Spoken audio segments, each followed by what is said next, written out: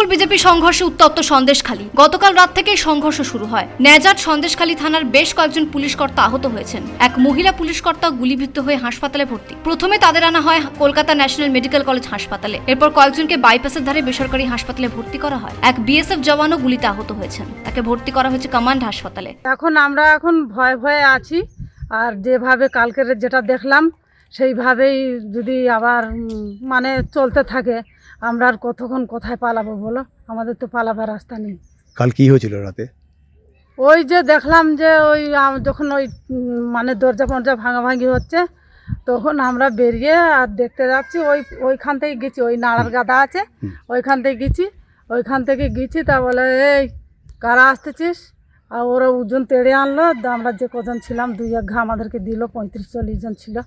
হ্যাঁ, তারপরে আমরা ঘরে ঢুকে গেলাম। তারপর থেকে আর দেখতে পেলাম না।